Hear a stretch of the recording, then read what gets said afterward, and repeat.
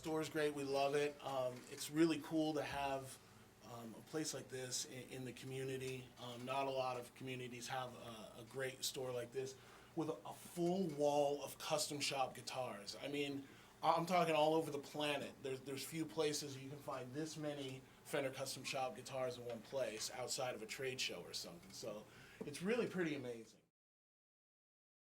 So we'll get started with a little bit of custom shop history, and I know some of you guys maybe saw this last year. It's not going to be as in depth. We'll kind of go through it because John has a lot of cool stories to tell tonight. So we'll try to get through it. But the story really begins with this man here, Mr. Leo Fender. You know, he famously was not like a big guitar guy. He was an inventor, visionary. And he had a vision for the solid body electric guitar. And the cool thing about it is Joe and I talk about the origins of the custom shop go all the way back to Leo's original vision. And I really love this picture here because it shows who Leo Fender was. You know, he was a thinker, he was an inventor, and his passion was to make better tools for musicians, you know, tools that worked better, they lasted longer, and you know, just to reach that apex. And he would do that with the input of players such as, you know, yourselves, and musicians and artists. You know, he would go around and send them out with prototypes to play in the clubs around and bring back the data, you know, so he could kind of work and perfect these machines that he was making. So Leo's work led to some real groundbreaking innovations in the 50s and 60s, as you know. Among them, fully adjustable six-saddle bridge, the synchronized tremolo system, the bolt-on neck for easy adjustment and repair if needed. He was trying to look ahead, like how can these guys take care of their instruments in the field if they're out there extend the lifetime of the guitar. That's that was his mindset. The comfort contoured body of the Stratocaster and later the offset body of the J bass. So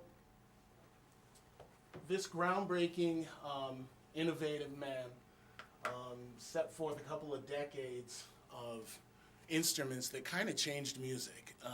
They changed the way players were playing, and that changed the style of music. And new styles of music. I mean, they completely changed music. Yeah, I mean, it's safe to say new styles of music emerged because of these new instruments that he had unleashed on the world. So Leo eventually sold the company to the CBS Corporation, and throughout the 70s and into the early 1980s, they manufactured Fender guitars. In 1985, a group of Fender employees and outside investors got together and they purchased the company back from CBS, led by that man there, Mr. Bill Schultz.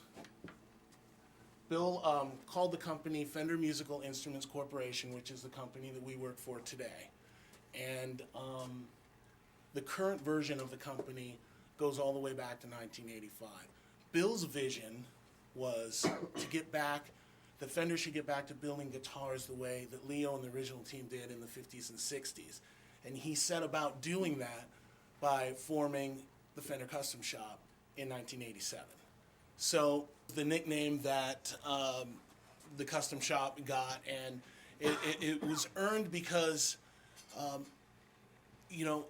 it was originally developed as a place where artists could come in and collaborate with Fender and build tools that were tailor designed to their taste. But what happened was a lot of folks started to realize, like, boy, they're building these 1950s Strats in the Custom Shop. I love my 1956 Strat, but I'm tired of taking it out on the road. Something bad's gonna happen. And they started coming to the Custom Shop and getting reissues of vintage guitars that they owned. And that was a really cool feature that really kind of took on a life of its own. and that's how the custom shop really got known, for doing things the old way. And some guys would get their custom shop 50 Strat and like, oh my gosh, it kind of plays just as good, maybe better as my original, But, crazy one-offs, custom tailor-made guitars built for particular artists. That's how the custom shop really got its sort of reputation.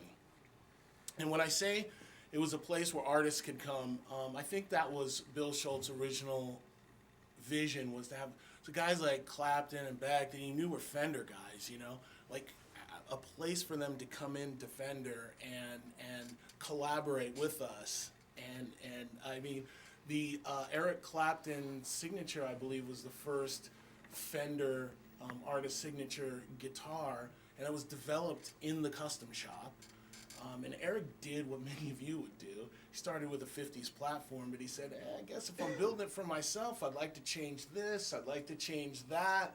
I like that kind of V-shaped neck on my, Martins or something, and he developed his own neck shape, and he put some different pickups in there. Jeff Beck did the same. Guys like Eric Johnson, even though that's a regular Fender signature model, that guitar was developed in the custom shop and along with our R&D teams. So all the names up here I show you because these are all some of the greatest artists in the world, but these are all artists that have come into the custom shop and gotten guitars from our stable of master builders. And I put this up not to like brag, like, hey, we build for rock stars, look how great we are.